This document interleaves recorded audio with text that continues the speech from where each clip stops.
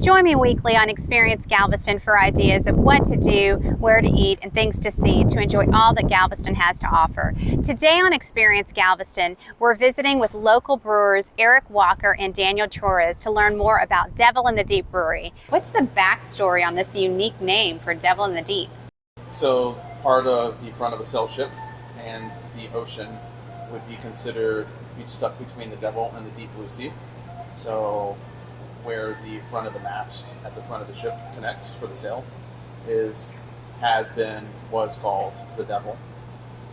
So the person who was at that helm to work that part of the ship would be hanging off the side of the ship between the Devil and the Deep Blue Sea. That's interesting. It has also been an old jazz standard, and George Harrison covered it in the 70s and gave it a little bit more notoriety. How long have you two been making beer, and how did this partnership get started?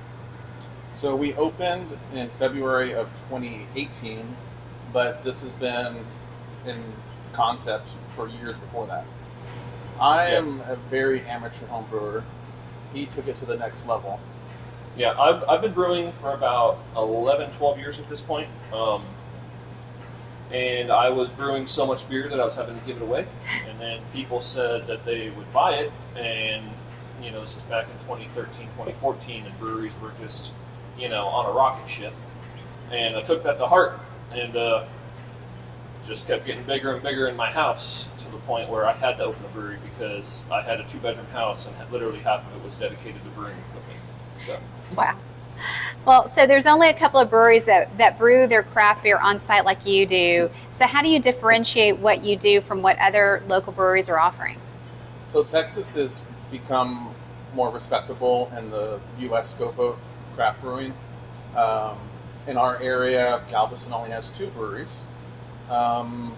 Everyone tries to present a product that the people want or a product that you are most confident producing and sharing with the public. So we try to offer your classics and then differentiate from other places by offering more German and Belgian style beers. I'm a very traditional brewer overall. So all of the beers that I make are all very style. There's not a lot of adjunct use. Not really doing a lot of fruity beers or anything like that. And I try to toe the line very, very close to what these styles are supposed to be, so that if a person wants a brown ale, or if they want a stout, or if they want, a blonde ale, that's what they're going to get. They're not going to get a blonde with ginger and guava and this, that, and the other. Even though I have made beers with ginger, I'm not talking bad about them or anything like that. But I like for our core beers to actually be just very, very classic to style. Overall, it's very culinary in a way. I enjoy that quite a lot. I've always said that if I didn't end up in a brewery, I'd probably end up in the kitchen. So how many beers are typically on tap, and what type of beers can patrons enjoy seasonally, or do you change things up seasonally? We do change things up seasonally.